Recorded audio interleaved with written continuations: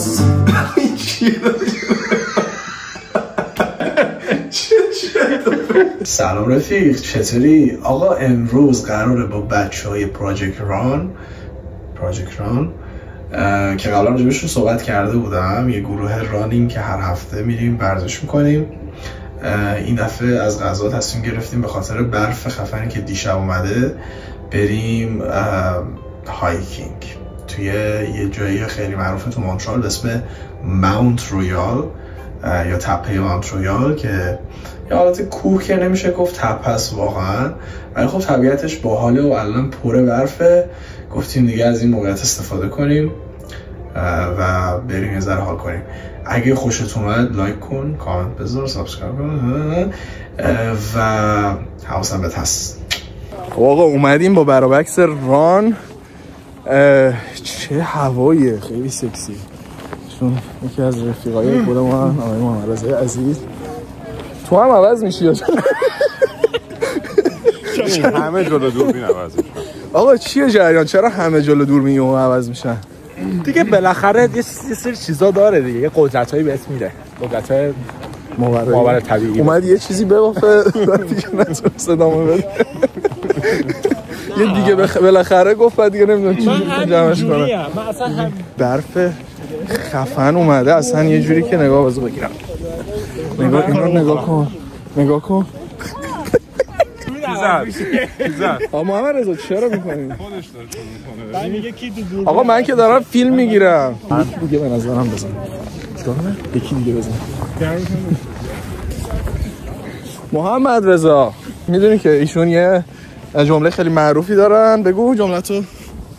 دوربین اگه راست میگی دوربین نگاه کن و بگو. نه اونی که خارج میکنه خودش سفارش میکنه. برو همه موافقین؟ آره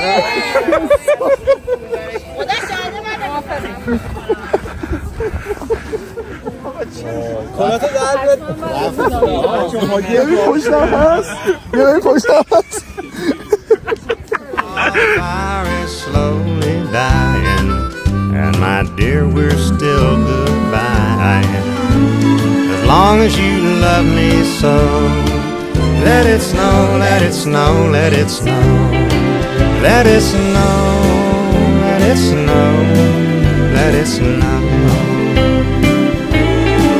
let it snow, let it snow, let it snow. خلاصه اگه طرفدار برف و این داستان هستی، مونترال خیلی بهت خوش میگذره.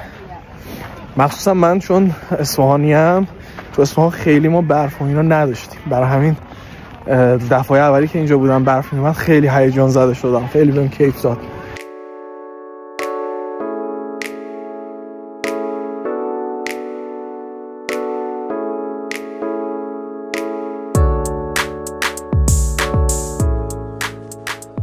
اینجا رو هم دقت کنین چه جالب، برای پرنده ها غذا گذاشتن. این که چقدر به زندگی پرنده های اینجا اهمیت میدن، کلا به زندگی حیوان ها اینجا خیلی اهمیت میدن. کلا کانادا خیلی براش مهمه که حیوانات منطقه خوب زندگی کنن. مثلا شما این آقا رو ببینید. خب داش امیر، شما یوتیوبر مورد علاقتون کیه به جز امیر تو؟ یوتیوبر مورد علاقه بنده، من کار محمد خیرخواه رو دوست دارم و خیلی یوتیوب همجوری میزنم نگاه میکنم. خب آقا و اینکه الان میخواد برف بزنه دوست دارم.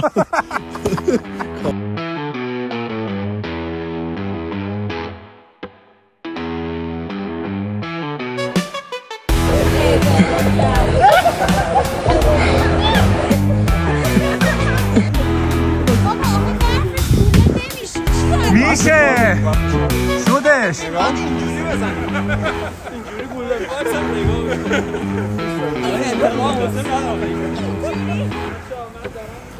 این آدم نگاه کنید، این آدم رو نگاه کنید، شناسایی کنید.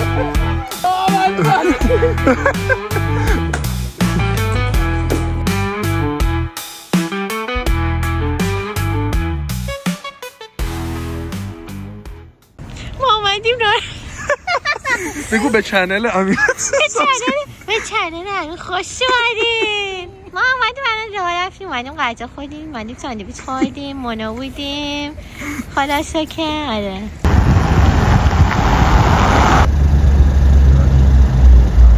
خب آقا اینم از امروز خیلی خوش گذشت. هرچند بالاست. هرچند بالاست. اینجا رو بگید. آقا گرفتم دیگه چند بار. کلی ویدیوی باحال گرفتیم تو راه، یادش رفته بود دکمه ضبط رو بزنه. ضبط یا ریکورد.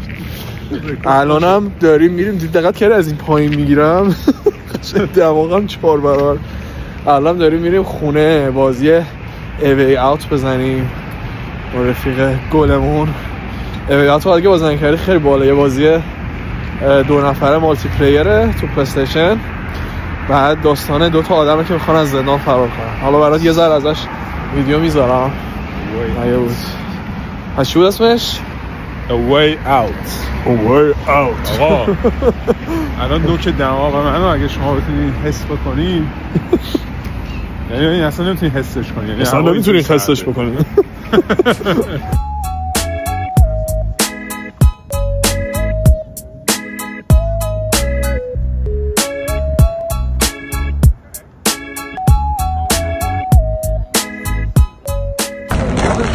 که دمای هوا میره پایین، بعد تمام اینا تبدیل میشه به سرسره. همینجوری نیست. کانادایا عاشق تیم هورتونز، من نمیدونم چرا چی داره این تیم هورتونز که اینقدر دوست دارم. واقعا اونقدر چیز جالبی نیست. به نظرم استارباکس خیلی بالاتره. آقا اینم از استارباکس. طرفدار استارباکس میام بالا. شما استارباکس یا تیم هورتونز آقای جهان؟ من مرسی. خب داشتم بقیه مسیر رو بهتون نشون میدادم. حالا جدی واقعا استارباکس یا هیچ کدوم پس چی؟ مکدونالد؟ ببین اگه قهوه ارزون بخوام بگیرم تیم هورتونز.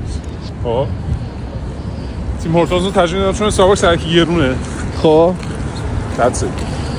ببین من قضیه اینه که من خیلی استارباکس کار میکردم یه مدت خیلی زیادی و تمام انواع قهوه‌هاش رو امتحان کردم و استارباکس جدا از این که مدل های درست کردن مختلف مثلا لاته و اینا داره، قهوه بین و کافی بین های مختلفی هم داره که مثلا آمریکای جنوبی که مثلا مهد قهوه است و اینا میاره.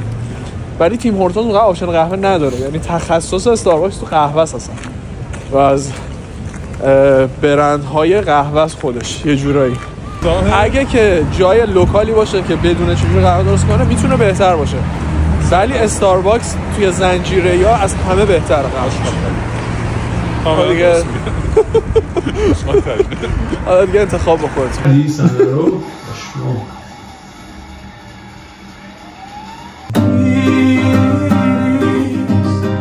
قلب من از عاشقی سیر است، خسته از صدای زنجیر است، خسته از صدای زنجیر است، خسته از این چیه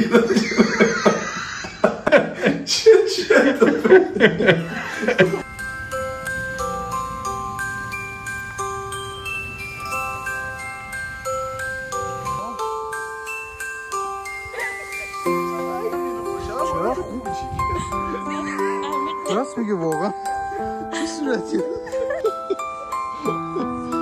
اصلا نمیخواد فشار بدیم، بیاریمش تا بالا.